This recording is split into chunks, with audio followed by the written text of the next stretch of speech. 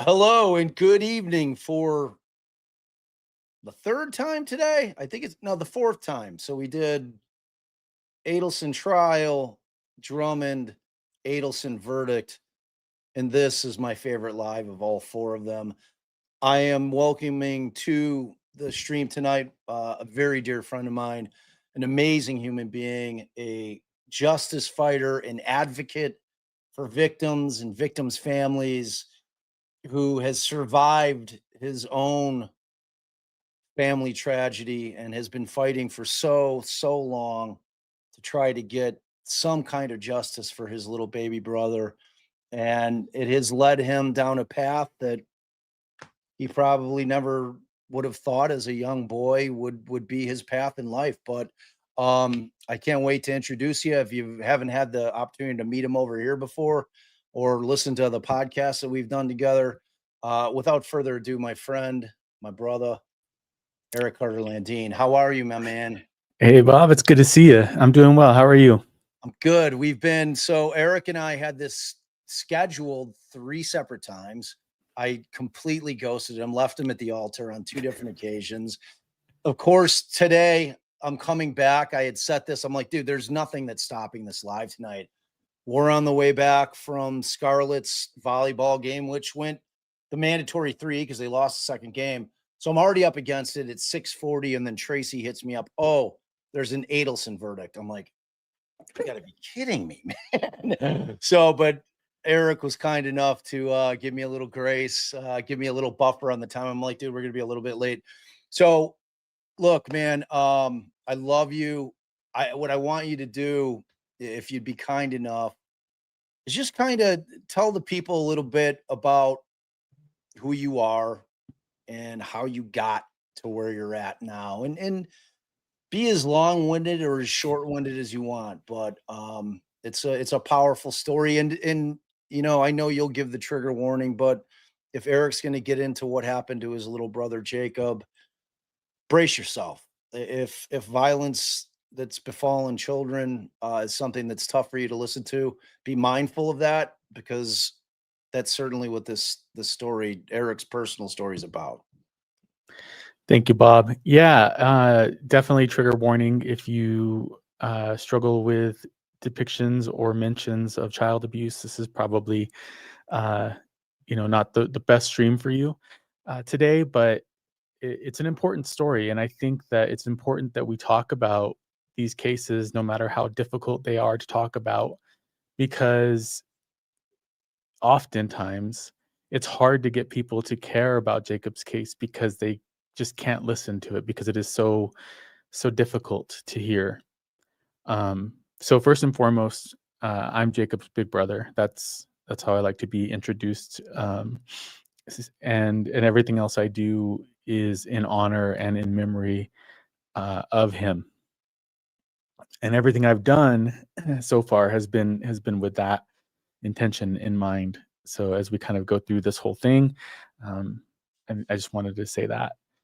Jacob, so my dad was a Pentecostal evangelist. And if there was a room of people, I would probably hear a few gasps when I say that. because it's intense. That sect of Christianity is very intense. Um, my parents married very young, and immediately my dad started preaching and moved us to Texas from New Mexico, where I was born. Um, so when we were in Texas, I remember I would pray every single day for a sibling, for a brother to be exact. And I remember the day I found out my mom was pregnant.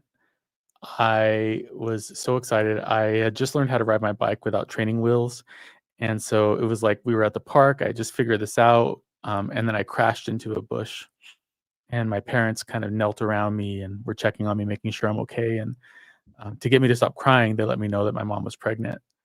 And I immediately started running around, like screaming and jumping up and down and just celebrating because I was going to be a big brother. And I was 5 when Jacob was born. My family was having, my mom and dad specifically were having some marriage difficulties, primarily due to the fact that my dad was a Pentecostal evangelist and was gone for a long time, for weeks at a time, often, and would not think to send my mom any money or, and my mom wasn't able to work because she had 2 young kids. So they ended up separating, and my mom met, well, she didn't meet him. Let me kind of back up a little bit. My mom was approached by my dad's best friend when she decided to leave and move to New Mexico back to be closer to family. And he, of course, knew everything that was going on in their relationship because he was my dad's best friend. He knew that they were recently separated. And he starts to shower my mom and me and my brother with lots of affection and attention and gifts. And yeah, I was, I think 5 and a half, maybe a little bit younger than that at this time, and I was like, "Hell yeah, this is awesome." This guy's, like, giving me candy, instead of dinner. Like, we're watching Terminator, and I'm only, like, 5, you know? Like, it The was love it love bombing. yeah, it was total love bombing, and we didn't know because this was 1986 or Right, 1987, we didn't know what love bombing was. right. Um And my mom was young and I would even say probably naive, in a lot of ways. And so, I don't think she wanted to be in a relationship with this man. I think that she wanted to just be home and be able to work so that she could take care of her kids. But he kept coming around and he kept trying to like insert himself into the situation and offering to help and offering to watch us and all of this stuff. Um, But before we get into what happened to Jacob, I just want to talk a little bit about who Jacob was because I think it's super important. We didn't have him for very long. He was only with us for a short time, but his legacy is going to last forever, and the impact he's had in my heart and in my mind and in my life is going to last forever. So Jacob was the complete opposite of me. I was a very fearful child. I was very cautious. Well, I was cautious, but also a klutz. Um, he was fearless. Jacob had no fear. He loved crazy things. He loved to play Superman. He loved when people would hold him over their head and pretend like he was flying. He had this baby swing in the '80s before technology that you had to wind up for it to work. It was aluminum and sharp in several parts. Not not exactly safe for a baby, but it was the '80s. Everything was sharp. True story. It's a true story. And if it wasn't sharp, then you were in a closed car with closed windows and somebody was smoking inside of it. So Yeah, no car seats either. No no car seatbelt seats. rules. Yeah, I used to stand up on the front seat of my dad's car all the time. But anyway, Jacob liked to, when he was swinging, he liked to grab the front legs of that swing and throw the whole thing back. And the first time he did it, he was far enough away from the wall that he fell back completely. And everybody panicked. And there was everyone jumped up and was freaking out.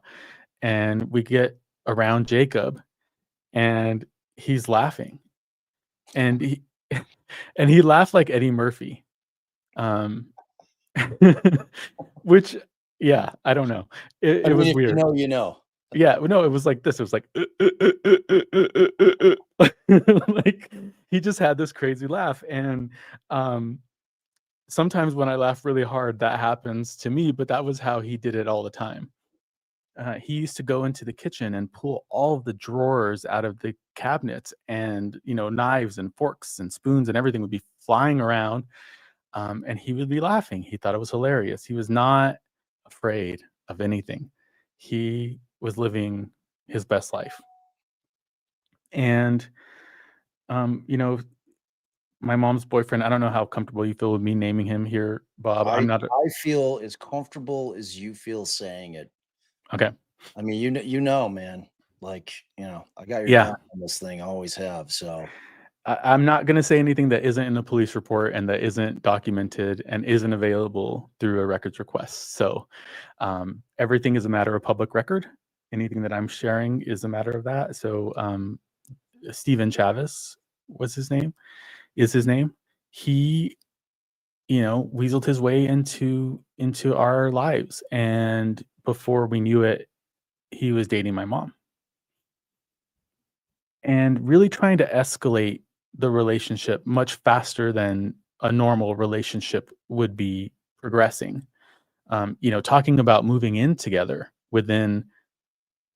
weeks, within weeks of just even starting to have conversations. And this person, I need to just clarify, was not a stranger to my mom. They grew up together. My mom went to his dad's church. His dad was a pastor. Um, they went to school together. It's a small town. I think Socorro had maybe 5,000 people living there at the time. So this person was somebody that she knew and somebody that she felt, based on who he presented himself to be, was probably a safe person. So when injuries started happening to Jacob, I was blamed by Steven. I He claimed that I would hit Jacob, punch Jacob, kick Jacob any chance that I could, that I was extremely jealous of Jacob. Um, and so, it really wasn't clear what was going on. Jacob had a skull fracture at one point, and Stephen told my mom that he had left me and Jacob alone so that he could take his kids to his ex-wife. And I don't know any reasonable adult, especially a parent, who would feel comfortable leaving a 6-year-old alone with a 6-month-old baby under any circumstances for any amount of time. It's not okay. not So okay. I don't think that happened. I don't think that we were left alone, but I don't remember. So it's possible that he did that. But for him to claim that I took Jacob out of his crib and dropped him, I've confirmed with medical experts that would not be sufficient force for him to have a skull fracture. That required lancing and draining because there was fluid building up. The other issue is that the crib back then was on these caster wheels, and so it was pretty tall. I would guess it was probably about 5 feet at the top of the rail, at least, maybe more. So I would have to have grabbed a chair from the kitchen, moved it into that room, picked him up out of that crib, and then dropped him from the chair. Jacob was huge. He was 10 pounds when he was born. In that picture there, he's probably like 12, 15 pounds. Yeah. I'm probably like 22 pounds. Like, no, I'm just kidding. I might be like 40 pounds, but I'm not very big, And so I just I don't see that happening. Well, the concept of you dragging a kitchen chair, which I mean, we're talking about the seats 2.5 feet off the ground. You're probably at that point under 3 feet tall. Yeah. And you're talking about cribs, which the sidewall of a crib, like physically, I cannot see a 6-year-old being able to lift a 12-pound squiggling baby out from over, because like just in terms of being able to Yeah. physically bend in to, because you know how deep cribs are. I mean, they make the mattresses low, so obviously babies can't crawl out of the cribs with ease and Yep. fall onto the ground. So you're talking about like nothing about it makes any sense. Like the concept of you, because I'm the same way, Eric. I have very little memory of a majority of my childhood. I mean, the few things that I do remember happen to be bad memories, which if you don't have a memory of it, really leads me to believe that you didn't have anything to do it, aside from the fact that it seems physically impossible. Yeah. And You I know what I mean? remember a lot, honestly, Bob. Like I remember the day that I found out my mom was pregnant. I remember the day that Jacob was born. I remember moving to New Mexico. I remember my mom crying in the kitchen because we didn't have any food and hugging her and telling her that when I'm a dad, I'm going to make sure that my family never suffers like that. Yeah. Sorry. I wasn't expecting to cry about that part. I was expecting to cry for other parts, but so I remember. We're a crying channel, man, so you don't need to apologize for any of Well, that. and you know me, you know I'm gonna cry. Yeah, yeah, dude, I know I'm a crier too, so um, but you're in the yeah, right place. I remember a lot, and so I say I don't remember that happening, and I'm gonna say that a lot while I'm talking about this because people are saying things, adults in the room were saying things, and as a child, I don't know, I don't know. I can't definitively say he didn't leave me alone or he left me alone and I picked him up out of the I can't definitively say that. So I'm not willing to say that. All I can say is I don't know if that's true or not. I don't think, though, even if it is true, that that would have resulted in the level of trauma that Jacob had to his skull. Um, like I could see him tumbling, slipping out of my arms if that was the case, but not like falling from the height of the crib. So There's no anyway, way. yeah. Convenient Patsy is the way that it seems to me. Yeah. Yeah. But my mom wasn't sure. My mom didn't know what was going on, really.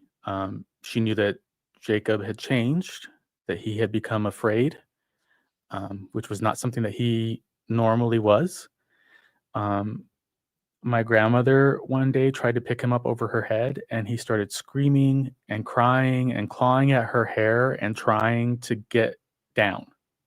Wow. Um, Telling. my yeah, Yeah. my mom called my dad and said, "I don't know what's going on, but can you just take Eric? I just I don't know how to deal with this. I just want to like remove him from the situation." And she wanted to find out the truth, and she wasn't necessarily convinced that it was me, but there was a lot of pressure for her to accept me as like the person, the scapegoat. So my dad picked me up, and I changed kindergartens, and I moved to California. Um, my mom confronted Stephen about Jacob's behavior change. And she said, "Are you hurting my son?" And he said, "No." And she said, "Okay, well, why is he acting this way? He never acted like this before. This is completely different. He's normally fearless. Now he's afraid." And she's like, my mom tried to lift him up over her head and he freaked out. And he takes Jacob and he says, "No, I didn't do anything. All I did," and he starts to pick up Jacob, and Jacob starts screaming and crying and trying to jump out of his arms into my mom's arms.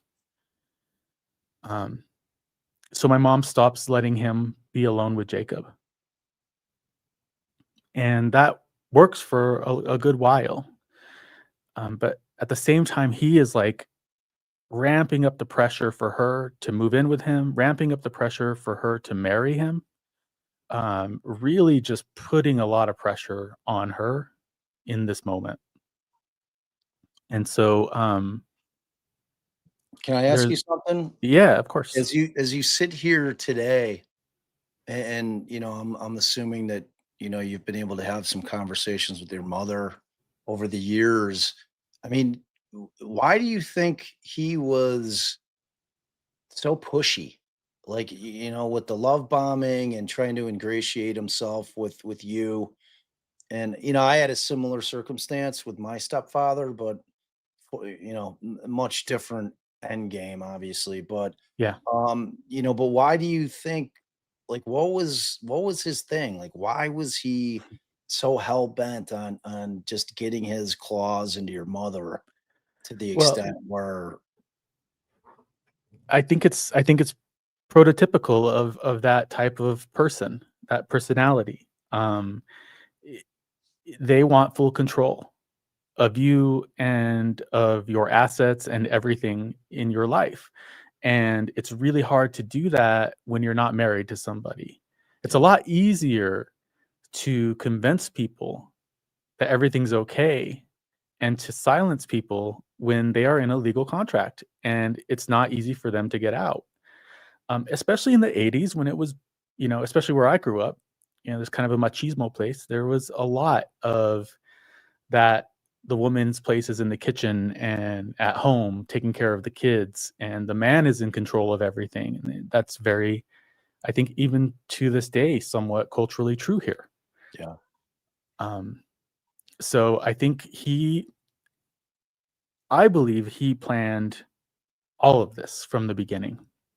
I believe that this was his plan. He wanted my mom, and he was going to get her at any cost, and nothing and nobody, not even my brother, was gonna stand in the way of him having my mom. And, he showed his true colors a couple of times, but, like, up until this point, he really hadn't been abusive to my mom or to me, at least not physically. Maybe psychologically abusive, but not physically. But there was one night where Jacob was still recovering from his brain injury, and he had an ear infection, and he'd been pretty fussy. And so my mom brought the crib into the room where she was sleeping, with Steven in, and just so she could be close to him because he just wasn't feeling good, he had a fever. She wanted to make sure she could just keep an eye on him. yeah. And, while Jacob was put down to sleep, Steven starts blasting his stereo. And my mom, goes over to him and says, "Hey, can you turn it down? Jacob's trying to sleep." And he's like, "You're just like my ex-wife," and just starts yelling at her. So she turns it down. He tells her that if she ever touches his private property again, he's going to call the cops on her, um, and turns the radio back up. Wow. So, in my opinion, like he's that type of narcissist, right? Like Jacob was a hindrance to Yeah, his plan, and also my mom obviously loved Jacob more than she had any feelings for him, and always would. You know, yeah. just like a regular parent, you're going to love your kids more than anybody. Um, I mean, so and you were a hindrance to him as well. I right. mean, whatever he did to get in good graces, at least in your mother's eyes, with respect to you, I'm assuming was short-lived. Yeah. And it's like I don't know what you remember beyond that in terms of your relationship with him. Do you have any memory? Was Oh he yeah. low key abusive to you? Did he do like Yeah. shitty things, say shitty things Well, to I mean, you? up until this point, yes. Low key. It got more high key Yeah. as time went on. But yeah, it was, there was a time where when he was accusing me of hitting Jacob and hurting Jacob, I remember he knelt down in front of me and he grabbed me by the shoulders and he said, "Don't lie. Don't you dare lie. You know what happens to people who lie." And his fingers were like digging into my shoulders. Um, Wow. and so in that moment, I was like, I am going to say whatever he wants me to say Yeah, 100%. because, Terrified. yeah, because I'm scared. Yeah. Um, so everything was, my mom was making sure he was limited with contact and being alone with Jacob. But like I said, Jacob had been recovering from that head injury and he wasn't feeling well. My grandmother, this is April 9th, 1987. My grandmother has Jacob. Jacob's been fussy all day. My grandmother wants to go to church. She doesn't want to bring Jacob. because he'll disrupt the service. And so she calls my mom and asks my mom, like, hey, I really want to go to church tonight. Is there somebody that can watch Jacob? What can we do? And my mom had an hour left on her shift. I think it was 7 o'clock. And she said, I guess take him to Steven. I'm getting off in an hour. Steven wants to go see this mobile home that he wants us to move into together, but there's no electricity there, so we have to go before the sun sets. So it'll just be easier if he has him. That way he can pick me up and we can go together. So my grandmother takes Jacob to Steven, and in less than an hour, Jacob is being rushed to the hospital in an ambulance, unresponsive. And Steven's running into the grocery store that my mom works at in a panic, saying that Jacob isn't breathing. They go to the hospital, and Jacob's injuries are so severe that he has to be life flighted to Albuquerque, which is 75 miles away. And my mom has to get in a car with him and my grandparents and drive to Albuquerque because you're not allowed to fly in the helicopter with, it doesn't matter, that it's a baby. And while they're driving, Steven is over and over again saying, I didn't do this. This was an accident. I put him on the couch and he fell off the couch and hit his head on the coffee table, and then he started puking. I promise, I swear I didn't do this. And my mom, basically I think asked him to stop talking because all she cared about was getting to Jacob. Yeah. While they're driving, like I said, his injuries were super severe. He was having swelling in his brain, and fluid was building up, putting pressure on his brain. And so the surgeon had to decide to sign without my mom's consent for the surgery to happen. And they rushed him into surgery. He didn't survive the surgery. My mom gets to the hospital and is met by the doctor, who tells her that Jacob is not alive. And she loses it. She starts crying. She runs away. Steven looks at the doctor and says, "This looks really bad for me. I can't believe this is happening to me." Not, "How's Jacob?" Not, "Let me go check on my girlfriend." "This looks bad for me. Can't believe it's happening to me." The doctor thought it was so strange that he actually put it in his notes. And even talked to the investigator from the state police who was there and expressed that he was concerned about the statements that Steven was making. The doctor asked Steven what happened, and Steven gave his couch theory story, and the doctor said, there's no way that is what killed this kid. He said, I can see over the CAT scan that it looks like the trauma is about the size of an open palm of an adult male. Man. And I've had doctors tell me that they 100% can tell that, can see that in a CAT scan.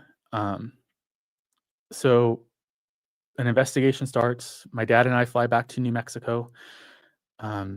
I am immediately picked up with my dad by the state police and interrogated. I was asked if I hit Jacob, if I was jealous of Jacob, if I wanted to hurt Jacob. I was asked if Steven hit me. I said no, but he always acts like he's going to. I don't remember saying that, but it's in the record. It's in the transcript of my interrogation. Yeah. My mom stops talking to Steven. We bury Jacob, and he is stalking her. He is following her around town and leaving notes on her car and calling her at work and giving notes to her boss to give to her because that was his aunt or cousin or something. Um, and a lot of these notes, I still have some of them, are like asking her to go to Jacob's grave to talk to him. I don't, I still don't understand why anybody would think that that would be something that a grieving mom would want to do after her 9-month-old baby was just killed. I promise I'll tell you the truth if you just meet me at the graveyard. Super suspicious. He then says, I'm going to prove to you once and for all that I'm innocent, that I didn't do this, that this was an accident. And he said, we're going to go, I have to take a lie detector test. We're going to go to the state of New Mexico in Santa Fe, to the state police office, and I'm going to show you that I'm innocent. So we all go. It's like July of 1987. It's 2-hour drive from Socorro, and we wait in the car, no AC, in the middle of summer for hours. It had to have been at least 4 hours. And he comes strolling out. He's in a good mood. He's happy. He's humming. And my mom says, "How did it go?" He said, "Great. I told you I was innocent. I passed." Wow. And we believed him because he walked out of there. Right. And I know 2025, we know about polygraphs, we know about their admissibility, we know all of those things. But for people who maybe weren't exposed to that world at that time, we assumed that he was telling the truth because he was free. And so my mom was like, okay, obviously he was being honest. Obviously this was a horrible accident. And so she gave him another chance. Man. He starts to ramp things up even more by saying, "Oh, I forgot to tell you that I wanted you and Eric covered under my insurance at work. So I lied and said that we're married. So now we have to get married because I've committed insurance fraud, or I'm going to prison." Somebody asked if there's proof that he took a polygraph, and yes, there is. We can get to that in a minute. So she marries him. She marries him, and they get a place together. And he becomes a completely different person.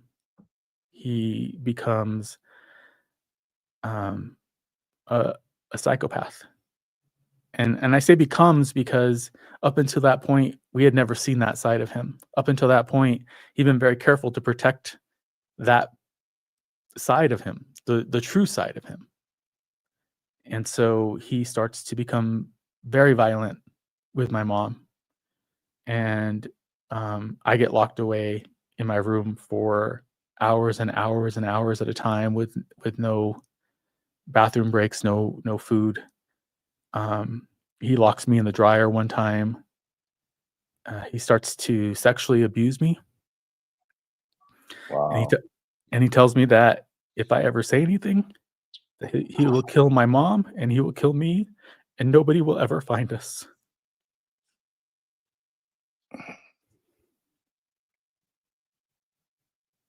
So I didn't say anything.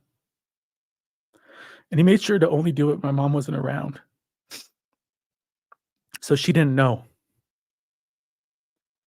But he starts grooming my 13-year-old cousin and calling her at my grandmother's house, telling her how beautiful she is and how in love with her he is, and how she shouldn't tell anybody because nobody would understand.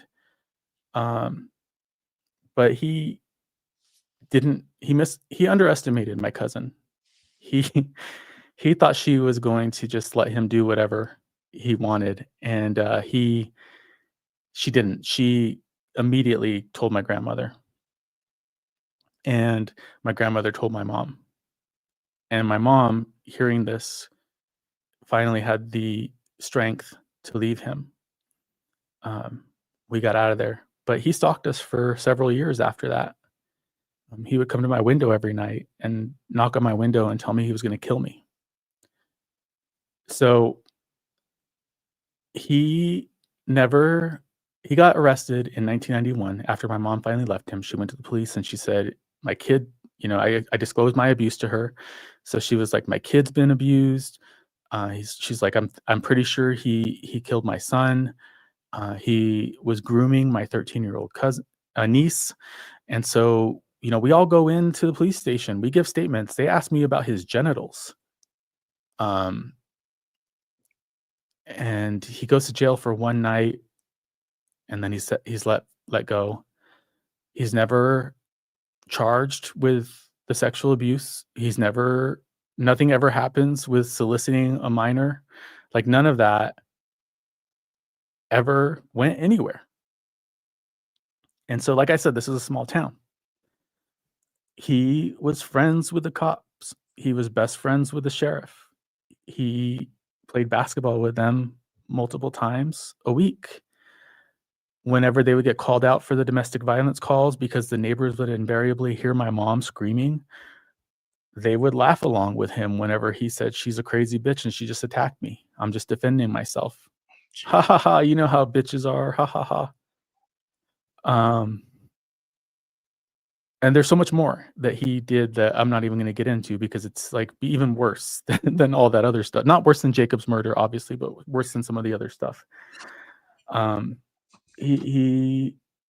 remember clearly, when he would beat my mom up really bad sometimes, and he would kind of line us up, me and his kids, and walk back and forth and try to get us to rehearse a story of why my mom was so beat up. It was a motorcycle accident, or, oh, she was hiking and she fell. And, it was always a different story. And we would get drilled over and over and over until he felt like we were believable. And sometimes it would be hours.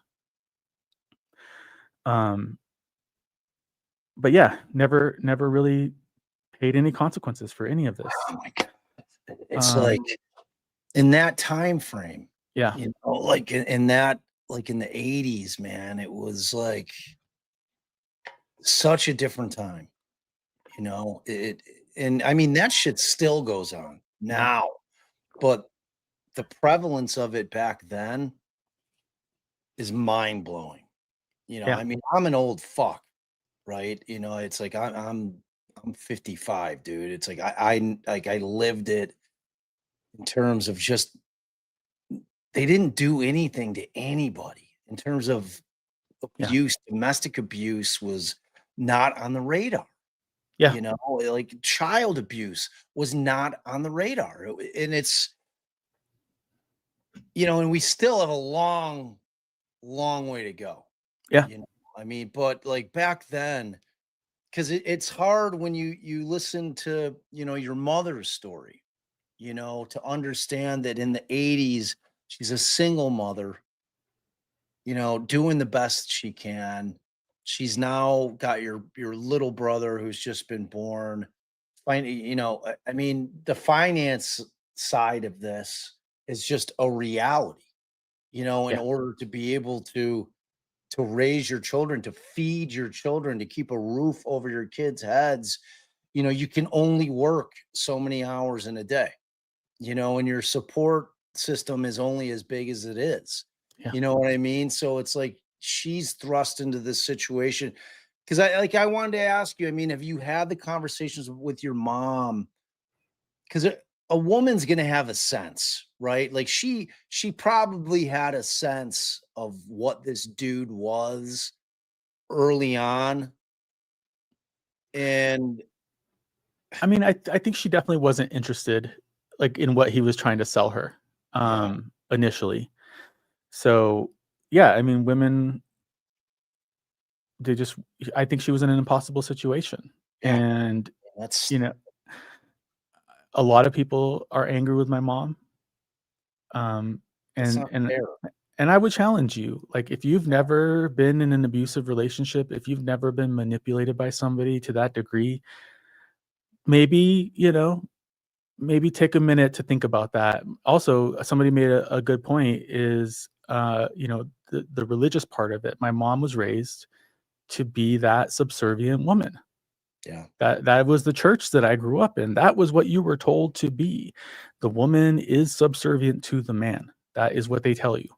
And so there is also that level of indoctrination that has been built over years and years and years, decades. I think all of that worked against. And then the lack of information, the lack of understanding, the lack of knowing the red flags and the warning signs, All of it. all Like, of I it. mean, dude, we're talking, and we're coming out of like the 80s were still very much a time when women were not viewed as equals in the workplace, anywhere else. Yeah, I mean, we've gone what, we're 40 years out, and it feels like a million miles because when you think about the 80s, and like you're talking about, there is no information that is being distributed. Like, we have access to everything now, Mhm. anything that you need to find online, if you need support online, if you need any kind of information about what do I do if I'm in an abusive relationship and I feel completely trapped. Like there were no resources like that back then. Yep. You know Yep. what I mean? And it's like, and then this fucking guy is walking around with his pals, just like you said, oh, this fucking bitch, or all that stupid Mhm. shit. And your mom just had to have felt just absolutely powerless.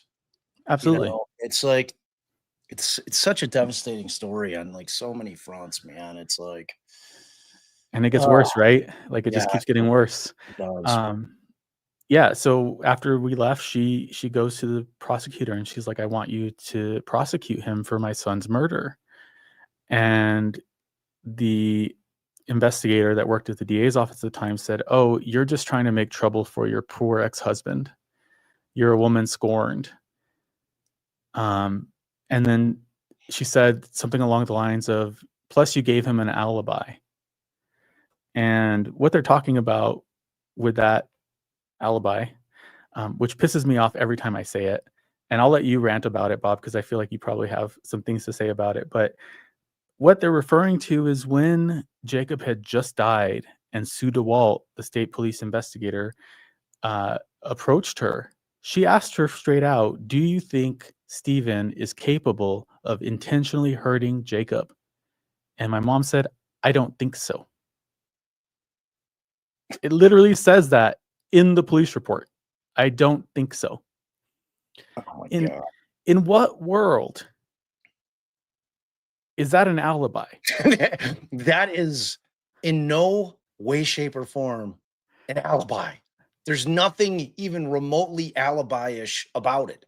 That has nothing to do with whether or not he committed the act at all. An alibi is like, oh, I was at work and I clocked in, and there's a video of me at work Yep. when Jacob was injured. That's an alibi. Right. Asking somebody at their weakest moment possible when they're in a state of absolute shock, whether the person that they're now, like cohabitating with, who's been love bombing her kids, who is, I'm sure, telling her ad nauseum how much he loves her, all that shit that goes along with it.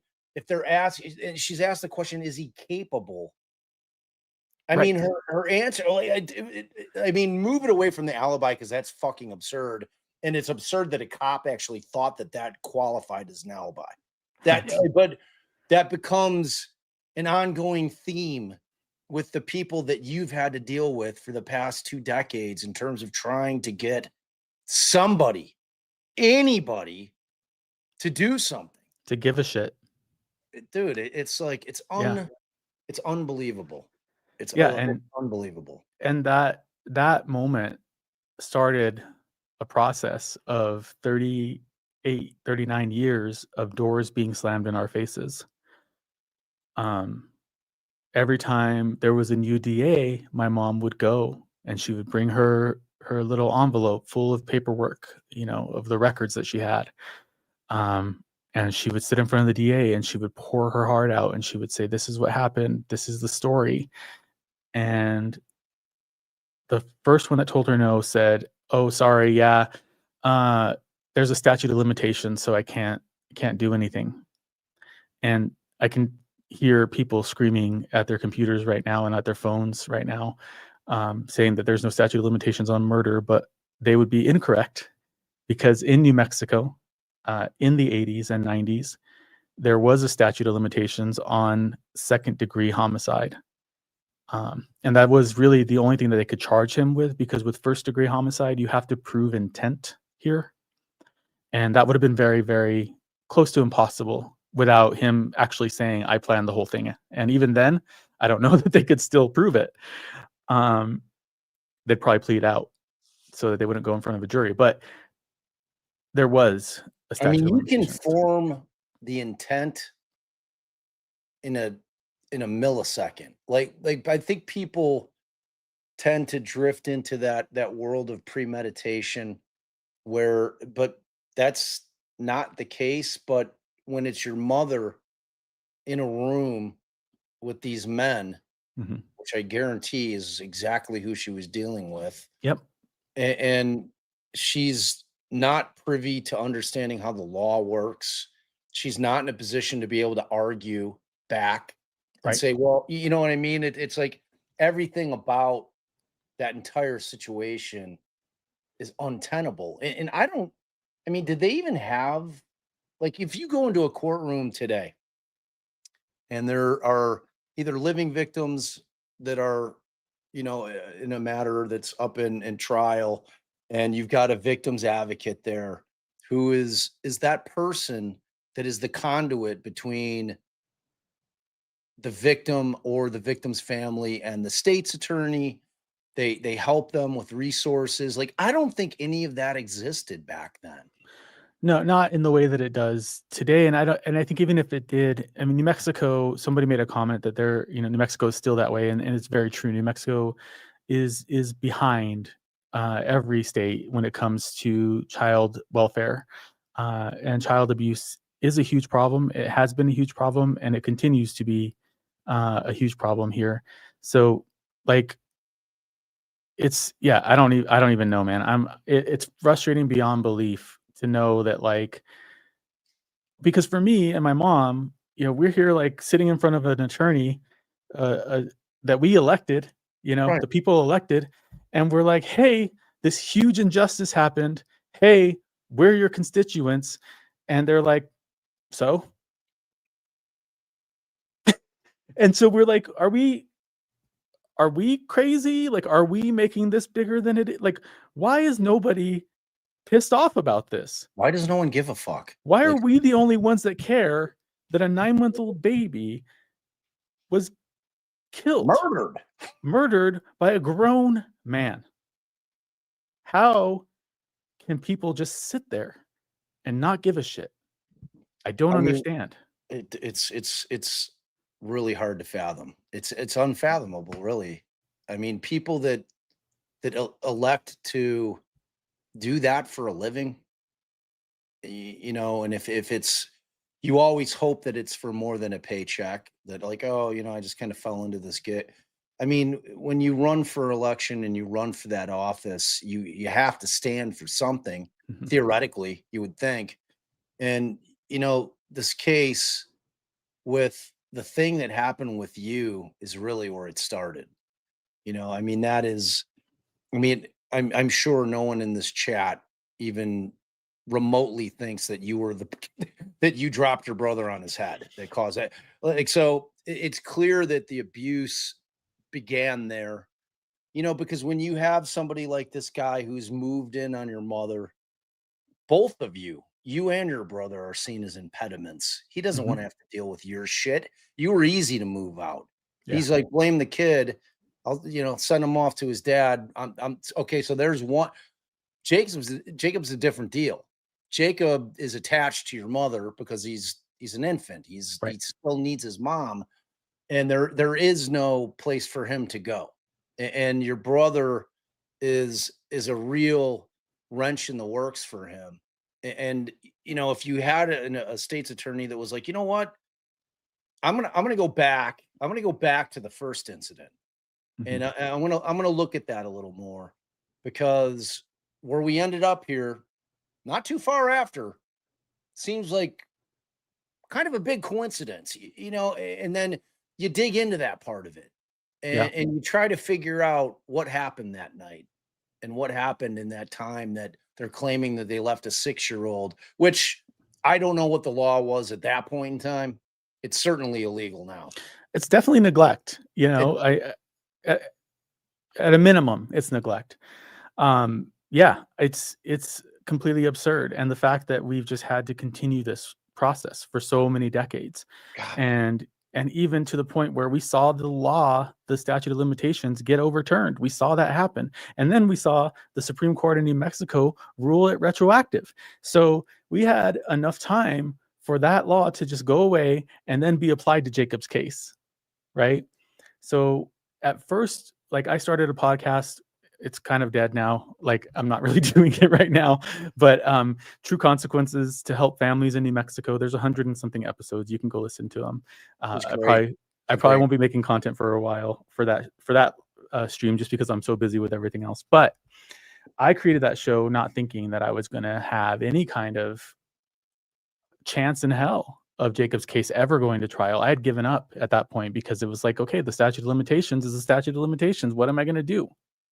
I can't do anything. Civil lawsuit. Okay, guy doesn't have any money. So what am I going to get out of that? What kind of justice is Right, there for us? right. But then we find out that the statute of limitations gets repealed, and my mom and I start working on it. We release Jacob's story on the feed, and we put a petition on change.org. And that petition right now has like 94,000 signatures, which is incredible. I'm so Wow. grateful for everybody who's signed that. It led to the district attorney at the time during COVID turning the case over to the attorney general, which we were super excited about, because Yeah. finally it's out of Socorro. Finally, nobody that's involved in this, nobody that knows him, is involved in the investigation. So we were really, really hopeful that that was going to be it. They were going to see it and be like, oh, obviously, obvious, just like I can see, the Right. guy's story changed 7 times. We found out when we received the records from the state police that he did take a lie detector test, but he failed it. Wow. He failed 2 major questions. One, did you intentionally hit Jacob in the head area? And did you strike Jacob in the head area or in the bottom area? And he said no to both of those questions. He failed those. And then he told police that that was because he was on Sudafed and he had a lot of anxiety, and he had done a bunch of coke the night before. And also he had been drinking and smoking weed because he was freaking out. What are you freaking out about? Right. Why are you freaking out? What's going on? You Right. know, like Right. a good investigator would have said, "Hey man, why are you freaking out? Let's talk Right. about that. Let's push you a little bit." Um, we so sorry. I'm kind of like getting a little ADHD right now, because I'm getting emotional and angry as I'm getting closer to this part of the story. Because this part of the story I'm still pissed off about. I'm pissed off about all of it, but this part in particular is really hard for me. Um, the first half of it's good. So, Attorney General at the time, Hector Balderas, um, I believe strongly really wanted to do right by the case. I believe strongly really cared. He met personally with my mom and I and apologized. The first person from the state of New Mexico to have ever apologized to us, it was the attorney general at the time. He said, New Mexico failed you. New Mexico failed Jacob. I can't promise you that we're going to be able to prosecute this, but I can promise you that I'm going to do everything in my power to make sure that we do a thorough investigation. And so I left that meeting feeling really good, feeling like this is the furthest we'd ever gotten. This is the first yes we'd ever gotten. Yeah. And then a year and a half into that, there's a new DA. So I, being me and being who I am and how I do things, decide to have the DA candidates, AG candidates, sorry, on my True Consequences podcast. And I invite all the candidates 2 of them are like, yep, we'll do it. Absolutely. One is kind of like, yeah, sure, whatever. Did interviews with all 3 of them. One was amazing. I wish he would have won. I feel like we probably wouldn't be here talking about this right now if he had won. The guy I didn't want to win, the guy who showed up 20 minutes late and acted like I was bothering him when I asked him if he'd heard Jacob's story, and said, I really don't have a lot of time, so can we just get this going? That's who won. And he stayed true to who he revealed himself to be to me in that interview. We waited for a year and a half. We've been talking to the advocate at the office of the Attorney General, trying to figure out what was going on.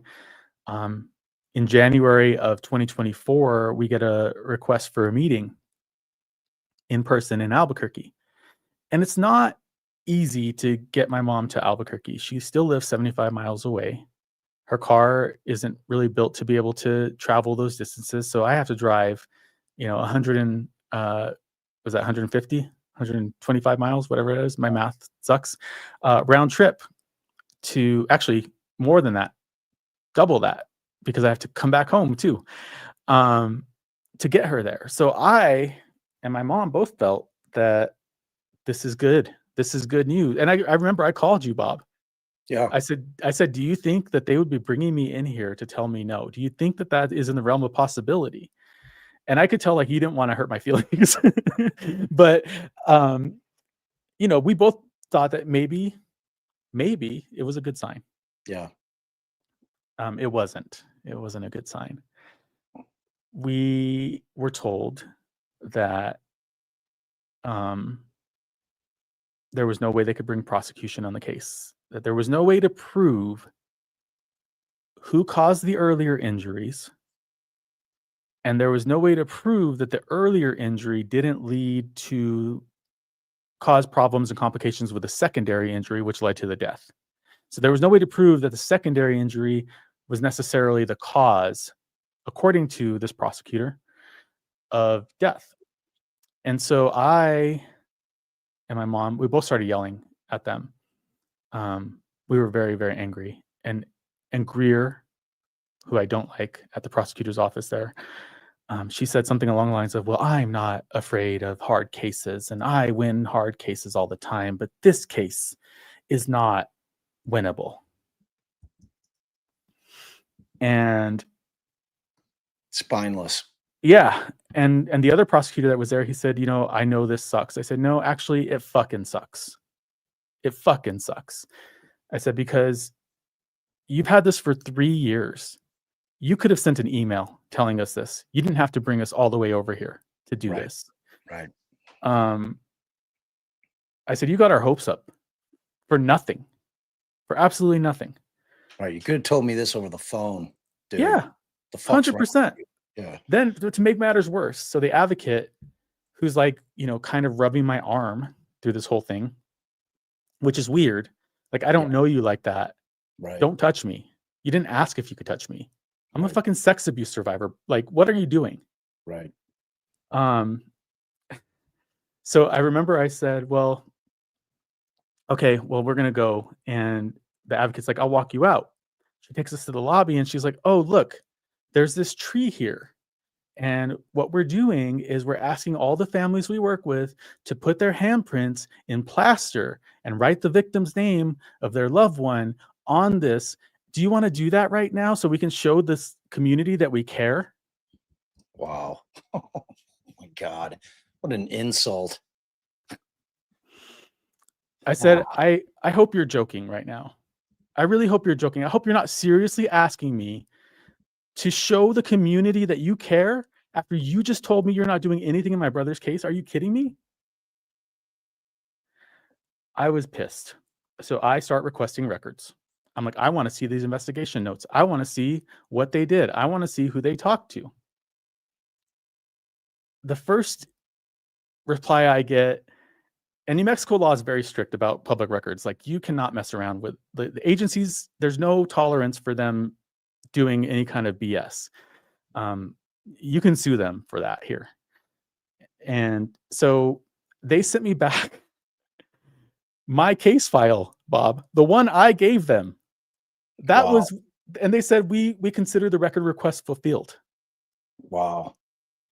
I said, I'm so sorry. What? That's the stuff I gave you. You wouldn't have even had that without me. Like, it even had my notes on it. Insane. That's fucking unbelievable. So I wrote back and I said, actually, this isn't closed. Keep it open. I want to see, and let me make it more clear for you if I wasn't clear enough. I want to see from X date to X date who you talked to. Yeah, what did you do? What they said, and what you think about what they said. I want to see all of it. I want the supplements. I want recordings. I want everything. Then I get 3 pages. 3 pages. For a 3-year-long investigation, I don't think so. So I just keep pushing. Finally, I get 12 pages back. And I'm either it's everything or it's not. I don't know. If it's everything, it's really sad. They talked to one person in 3 years. They talked to somebody at the Office of Medical Investigators to see if they thought that they could find the CAT scan. He said no. Work done. Wow. We did a thorough investigation, guys. Gonna shut it down. So the case is closed. And there's always hope, but it's fleeting right now for us.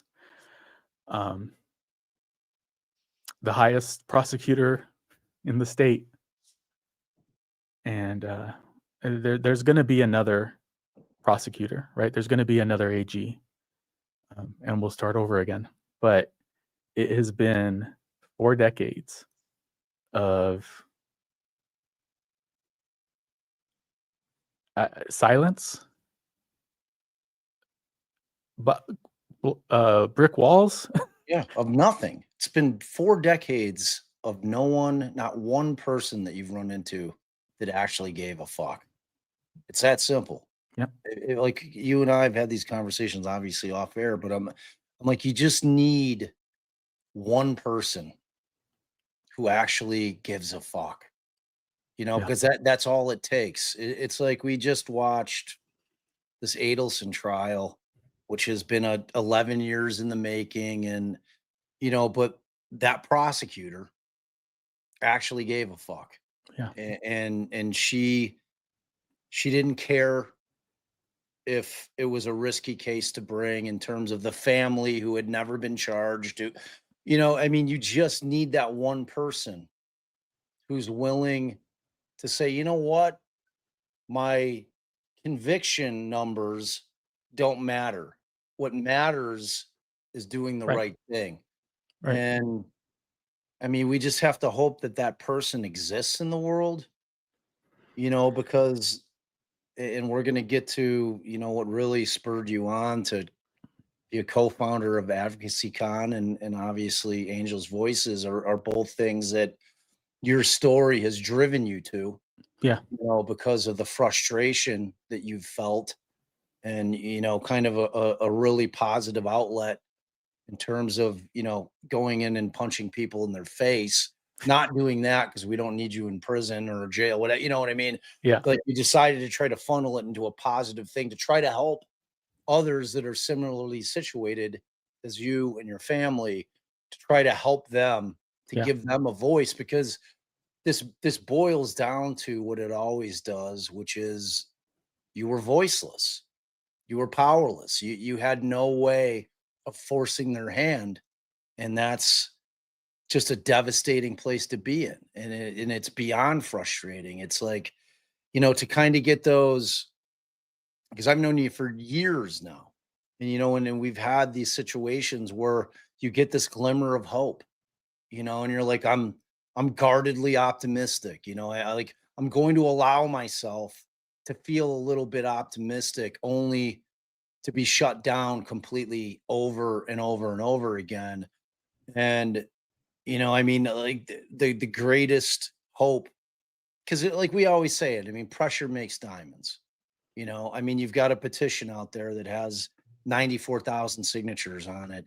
You know, you're starting entire conventions that revolve around advocacy. You know, you've created this not for profit, which, by the way, y'all, Tracy keeps dropping the donation, and and Eric's gonna tell you all what that amazing organization does.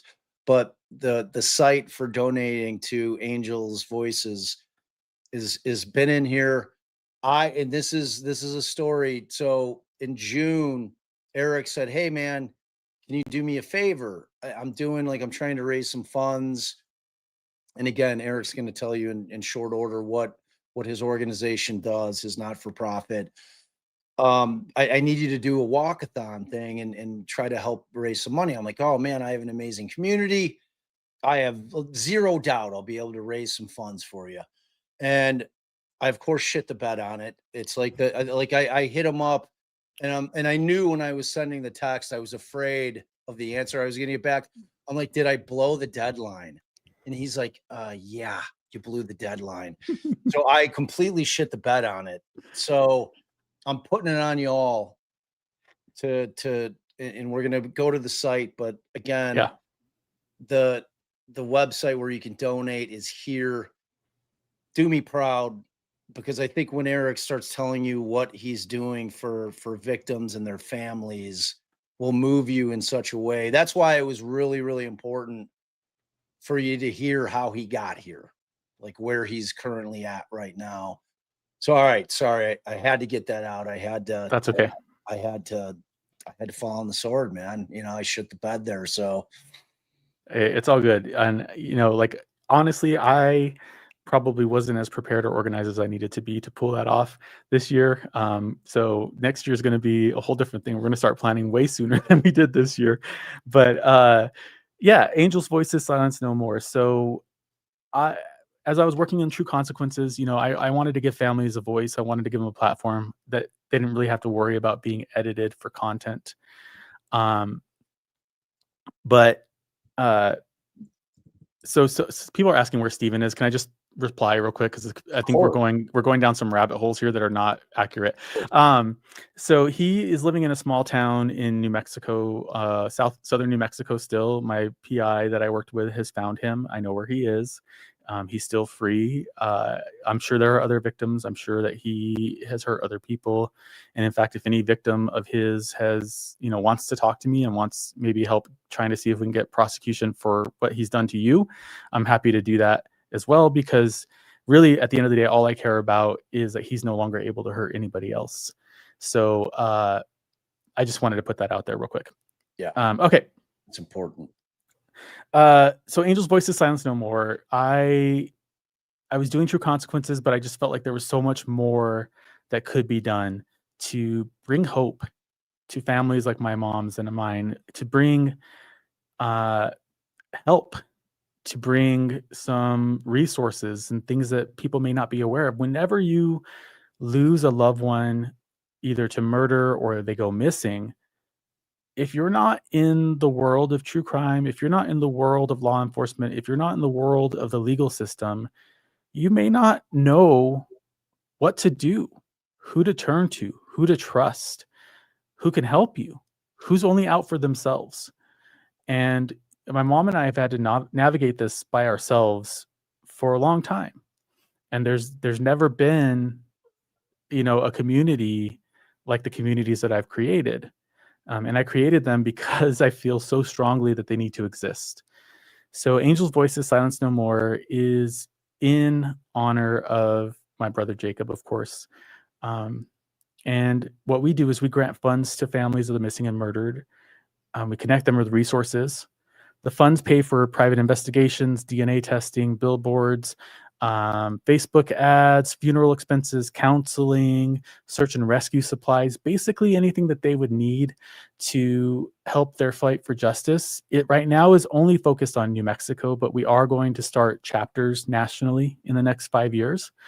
So it is going to spread, But right now we're only focusing on cases in New Mexico. We don't pay direct to family, we pay direct to vendor.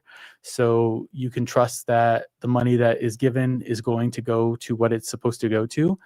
And our goal is to be 90% of what we earn, what we raise, 90% is going to go into the hands of the families. So we are all volunteer run organization. We have no overhead. We have no offices. Everything we do is to help families of the missing and murdered, and to ensure that they feel a little less alone and have somebody to talk to, someone to turn to in the worst time of their life.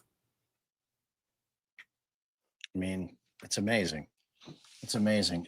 You know, I think when we were at the True Crime Podcast Festival, you had just uh, funded the family's ability to be able to have a funeral for their Yep. loved one, and paid for flights to travel. And you know, things like, if you've got a case wherein you're trying desperately, you're screaming into the void to get somebody to try to listen and hear what you're saying, and pay attention to what is going on with your loved one. And you know, sometimes that requires things like billboards, Yeah. or I mean, whatever the case, whatever it takes to get somebody to pay attention, to get somebody to do something. You know, that's what you guys do, Yeah. among anything else that you can think of. You know, and so I've got the site up. I know it's a little bit small. Please go check it out. In terms of the resources, I mean, you could just go to the resource page, and it's got all the numbers for all the agencies you could ever need in terms of resources for people that can potentially help in all different areas of abuse, missing, murdered. Everything is Yeah. there. In terms of the family grants, you know, you can see here that this is where folks, when they find it, can apply for a grant. And then, you know, obviously you guys vet it out, Yeah. and make sure that it's you know, something that you are going to be able to help with, and you think warrants the help. You know, it's such an important work, man. And Thank you. it's um I'm so proud of you. You know, Thanks. I really am. I mean, it's like, because I remember when you're like, I'm going to start this thing, and I'm like, dude, that sounds amazing. You know, and it's like, and I knew, and at that point, Eric was still making the pod. He had decided to branch out, and he was going to do a pod with one of our other dear friends, Charlie Worrell. They were going to they were combining both of their talents to create kind of like a, you know, like a baby of both of their pods that they were putting out to the world. He had a full-time job on top of it. Still And I'm do. like, man, yeah, I know. I'm like, I'm like, you're amazing. Like, the amount of time and energy that you have to, you know, do the things that you do is just so commendable. And I mean, it's just a testament to your drive. You know, I mean, you were like, you're like, I'm no angel. Like, he texted me. I'm like, well, I tend to disagree, buddy. But you're definitely an angel. You're an angel advocate. And you know, you're out there not just talking about shit. You know, it's one thing to talk about things, it's another thing to do things, and you're a doer, and you're trying to help people in a way that actually makes a difference, you know, and it's important. So I'm going to tell you all, please do me proud, help them out. And you can see where your money goes. Like, this isn't a thing where, you know, you donate some money, or like, I mean, they tell you exactly what's going on the website. Like, if you Yeah. look at it on your phone, it shows how much they've raised. It shows what they've been able to do with it. It's just such an important thing. And if you're inclined to want to be a helper, because some people may not have the time or the inclination to get out, boots on the ground, well, this is the way that you can help. Yeah. You can help by donating your funds, your hard-earned money, to something that's really worthwhile. So to me, it's just unbelievable. And then, I mean, talk about the con, Yeah. I'm going to correct you, Bob. So it's a conference, not a convention. Oh, sorry. Words matter. They do. I was very specific about that, and that's intentional. Advocacy Con. So again, I'm constantly asking myself what else I can do. And so I had another crazy idea. I thought, like, there is no place for families to get together and share best practices and learn from each other, and where there's also resources and there's also experts to help them with their cases. So I created a conference. It's a national conference. It was this year in Indianapolis. It's going to be next year in Albuquerque. It is a full weekend. So it's Friday, Saturday, Sunday. We have Last year we had Beth Holloway as our keynote speaker talking about hope. This year we are working on getting an equally big name. I'm not going to say anything yet because we don't have it signed and firmed up. But equally big, probably more current case name person, and tons of other organizations and resources. This year, I keep saying last year because it feels like last year, but it was March this year. Yeah. I knew that this conference had the opportunity to be impactful. I knew that it could be something big and something good, but I didn't expect what happened there. When I heard families saying things like, "I didn't know how much I needed this," it made me feel so good. Yeah. And then whenever we had meals, hearing people, "Oh, this is what I did I had that same issue. This is what I did. This is how I dealt with it." People sharing those best practices. That's not something that families like mine have ever had. Yeah. We've never had the opportunity to make a community of us, people who actually get it.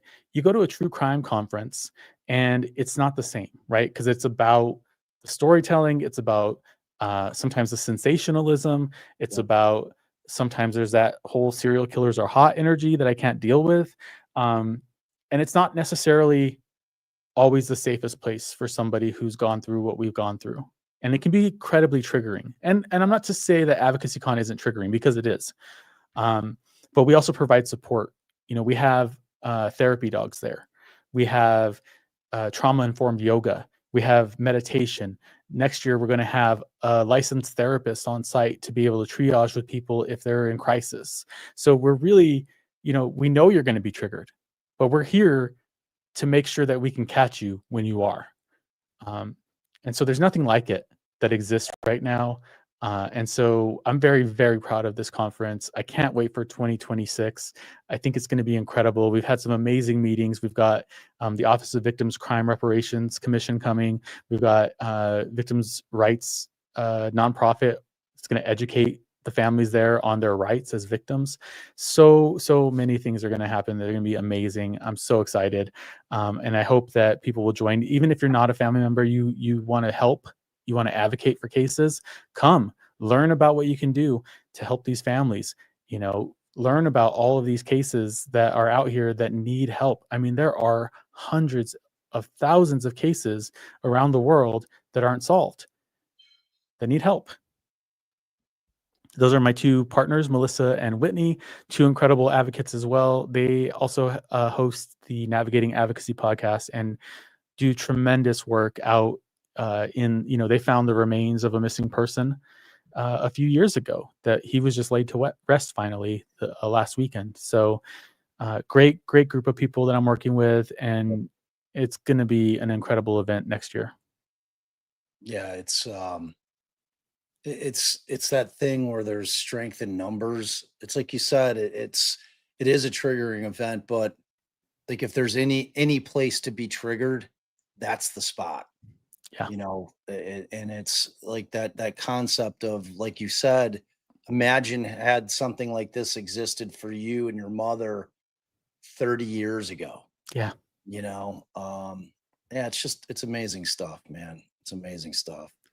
Yes, that is Pammy's Whitney. Yes. It is indeed Pammy's Whitney, our very own Pammy. She is a ride or die with us, and we obviously love her to She's death. she's the best. She's the She is best. amazing. She is amazing, and she is an amazing. Somebody Sorry, Bob. Somebody asked how many people the space for 2026 holds. So we are at the Albuquerque Convention Center downtown. It can hold thousands and thousands of people. Right now, we're projecting about 500, but if thousands show up, we can figure it out. Figure it out, So I'm not going to say no to that. 100%. I mean, in terms of if you look at what's out there in terms of doing good, you're unrivaled. Thank you. You know, I mean, there just is nothing else like it out there. And like you said, I mean, there's like cons out there that are, just about a different thing Yeah. completely. And you have to wonder if there's a backbone there. I tend to think not, but this is an amazing thing that the three of you have done, and I'm so excited and proud of all of you. And I'm excited for all the new people as this grows that had nowhere to turn, that had no one to talk to that was similarly situated are now going to find their people, man. I Yeah. mean, it's like you're building a community, and it's an amazing thing. It's an amazing thing. You're an amazing guy, man. You really are. Thank you, Bob. I mean, for me, it's simple. There is so much darkness and so much negativity around Jacob's case and around my life story. And I don't want Jacob's legacy to be that. I don't want my legacy to be what happened to us. I want our legacy to be that we made a difference in people's lives and that we impacted our community and that we brought hope to people. Because the alternative for me, Bob, is that I just let that darkness consume me and I become either, completely depressed or I turn into that thing that I hate. Yeah. And I refuse to do that. I refuse to let him win. Yep. Here. And you're not. You're not. And I mean, I don't know how old he is now, but he's got to be getting up there. He's in his 60s. Yeah. Yeah, I mean, it's funny. It's funny how, guys like that seem to survive Yeah. for longer than they should. Yeah. But I mean, in terms of the hope that one day soon you're going to be able to get the justice for your brother and for your family that all of you deserve. I mean, this could end up being everything that you're doing to help others. I think the hope is that it ends up coming back and helping you and your mother and your family as well. I think that would be a nice bit of karma for you. That's a nice hope, Bob, honestly, but even if we never get our day in court for Jacob, um, we are going to make sure that this never happens again to anybody else. So if we have to change laws, whatever we need to do to make sure that nobody goes through what my family's gone through, I'm going to do it. Beautiful. All right, my friend. I love you, man. I love you. Big Love you time. too. Big time. All right, y'all. Please do me proud. I'm gonna have him report back to me in terms of, hey, did you see a little spike in donations? I have all the faith in the world that you guys will do what you're supposed to do. You got to have my boys back, and I can't think of a better thing to donate money to than this. So, is there any final things that you'd like to say before we call it? I just want to thank everybody for your engagement and for listening to the story. I know it's not easy, but thank you for being here, and I appreciate everything that everybody shared. I'm sorry I couldn't reply to everybody. It was kind of going fast and furious, but I did see a lot of the comments, and so I'm very, very grateful for all of you listening, and anything that you can do. If you're wondering what you can do to help Jacob's case, share his story. The more people know about it, the less likely that we're going to be ignored. 100%.